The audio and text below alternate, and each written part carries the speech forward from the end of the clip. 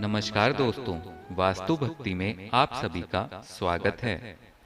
एक ब्राह्मण के 7 पुत्र थे और वीरावती नाम की इकलौती पुत्री थी। 7 भाइयों की अकेली बहन होने के कारण वीरावती सभी भाइयों की लाडली थी और उसे सभी भाई जान से बढ़कर प्रेम करते थे। कुछ समय बाद वीरावती का विवाह किसी ब्राह्मण युवक से हो गया।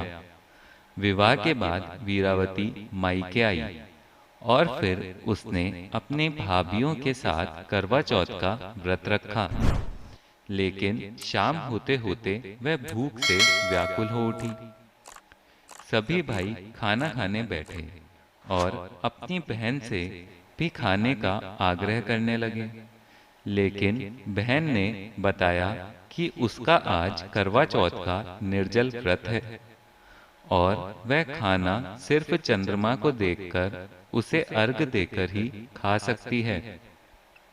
लेकिन चंद्रमा अभी तक नहीं निकला है, इसलिए वह भूख प्यास से व्याकुल हो उठी है।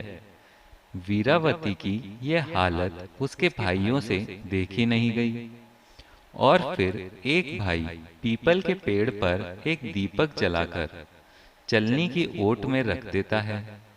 दूर से देखने पर वह ऐसा लगता है कि चांद निकल आया है। फिर दूसरा भाई आकर वीरावती को कहता है कि चांद निकल आया है, तुम उसे अर्घ देने के बाद भोजन कर सकती हो।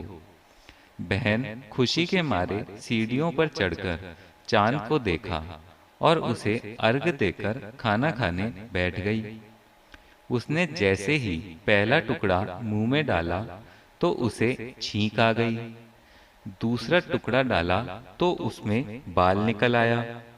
इसके बाद उसने जैसे ही तीसरा टुकड़ा मुंह में डालने की कोशिश की तो उसके पति की मृत्यु का समाचार उसे मिल गया। उसकी भाभी उसे सच्चाई से अवगत कराती है कि उसके साथ ऐसा क्यों हुआ। करवा चौथ का व्रत गलत तरीके से टूटने के कारण देवता उससे नाराज हो गए। एक बार इंद्रदेव की पत्नी इंद्राणी करवा चौथ के दिन धरती पर आई और वीरावती उसके पास गई और अपने पति की रक्षा के लिए प्रार्थना की। देवी इंद्राणी ने वीरावती को पूरी श्रद्धा और विधि विधान से करवा चौथ का व्रत करने के लिए कहा। इस बार वीरावती पूरी श्रद्धा से करवा चौथ का व्रत रखा। उसकी श्रद्धा और भक्ति देखकर भगवान प्रसन्न हो गए और उन्होंने वीरावती सदा सुहागन का आशीर्वाद देते हुए उसके पति को जीवित कर दिया। इसके बाद से महिलाओं का करवा चौथ व्रत पर अटूट विश्वास होने लगा।